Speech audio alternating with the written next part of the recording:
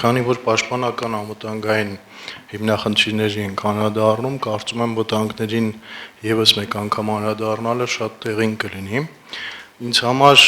տարանջատում եմ երկու հիմնական տեսակի վտանգներ մեր առաջ ծառացած մոտալուտ կարճաժամկետ վտանգներ, դրանք մեծ ազդեցություն են գործում, սարսափեցնում են բնակչությանը, բայց իրանց վնասով ավելի պակաս վտանգավոր են, եւ հեռանկարային տևական վտանգներ, որոնց քիչ անց կանրադառնամ։ Մոտալուտ կարճաժամկետ վտանգը իհարկե արդեն քննարկեցինք, դա Իրան-ԱՄՆ հավանական բախումն է, որը իսկապես ես համարում եմ մոտալուտ եւ կարճաժամկետ, նախ Միացյալ Նահանգները վաղուց արդեն փորձում են երկարաժամկետ գործողությունների մեջ չթաթախվելու եւ շատ թիրախային ու կարճ հարվածներով են պարտադրում իրենց կամքը այլ պետությունների, Վիետնամի տխուր փորձ ունենալով առնվազն եւ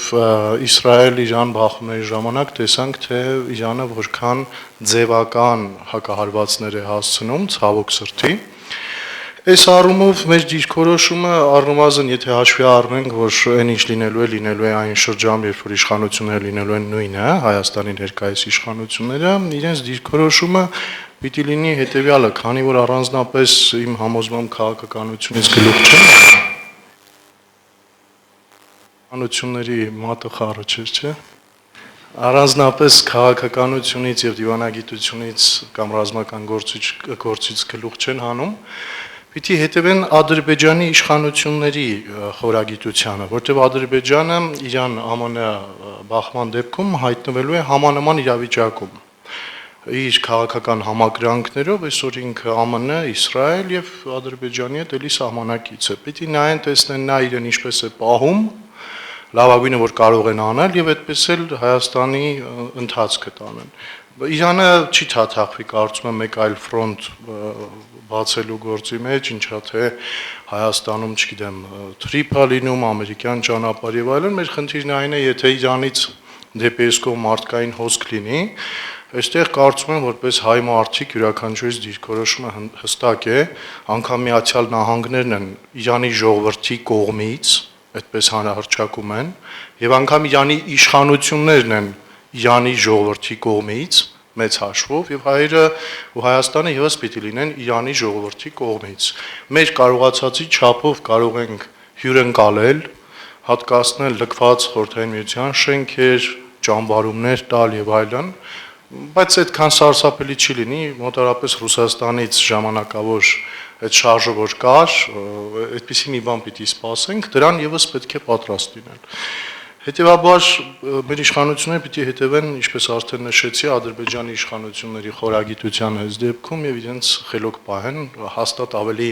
բարդ վիճակում չենք լինելու, քան նրանք։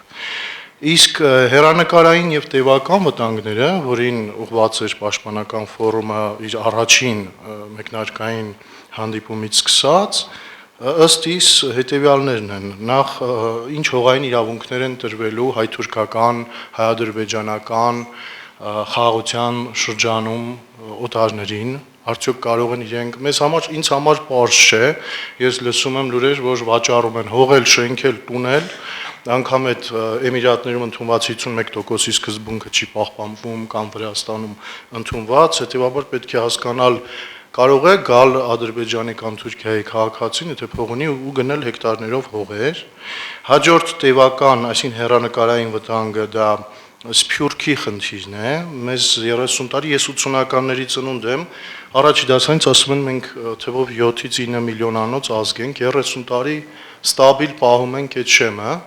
Եվ եթե անգամ մեր երկրում դեմոգրաֆիան մինուսով է, ապա Սփյուռքի մասին դա չի կարելի ասել, եւ ես համոզված եմ, որ մենք վաղուց արդեն հատել ենք 10 միլիոն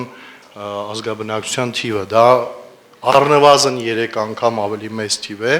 այն հայերը, որոնք գիտակցում են, որ հայեր են։ Իսկ եթե գումարենք նրանց, ովքեր գիտեն, որ իրենց տատիկն ու պապիկն էր հայ, դա ավելի պատկառելի թիվ կլինի։ Եվ Սփյուռքի վտանգը հետեւյալն է, հայ խնդիրը իմաստազրկվեց, ցեղասպանության հարցը ջրեցին, այսպես ասած, ներկայիս իշխանությունները, Սփյուռքը մատնվում է անգործության։ Այն միավորիչ խմորող գործոնները, որ կային, ցեղասպանության խնդիրը եւ անգամ եկեղեցու գործոնը արդեն կարծես այլևս հիմնասյուն չեն հանդիսանում եւ Սփյուռքը որպես ինքնությունը պահպանող եւ ուժի կրող դադարում ինել ուրեմն այդպեսին եթե մենք քանի որ ազդակները միշտ գնան չուղարկենք համապատասխան ազդակներ 4 երեխաների եւ դասագրքերը տեսնելի արդեն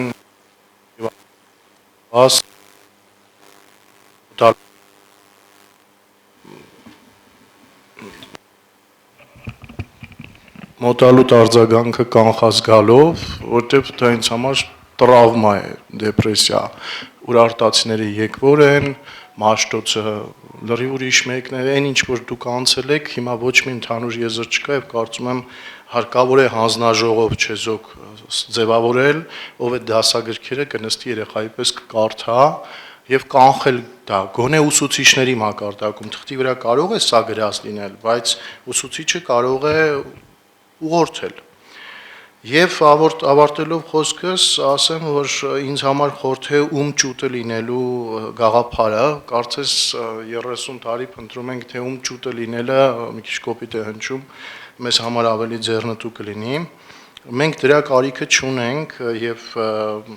եթե մեր սեփական տեղը իմանանք մեր հայկական ներուժը այն խելքը որի մասին խոսում են օտարները այն բանականությունն ու գիտակցումը որ ունենք եւ Սփյուռքի ներուժը, ապա օրինակներ աշխարհում փառք Աստծո կան, նույն Իսրայելի օրինակը որ հաճախ տարբեր առիթներով բերում ենք, Հայաստանը կարող է լինել ինքնուրույն, պաշտպանված, ծաղկող եւ տնտեսապես եւ ռազմապես հզոր երկիր։ Դրա բոլոր շանսերը դեռ բաց չենք թողել։ Շնորհակալություն։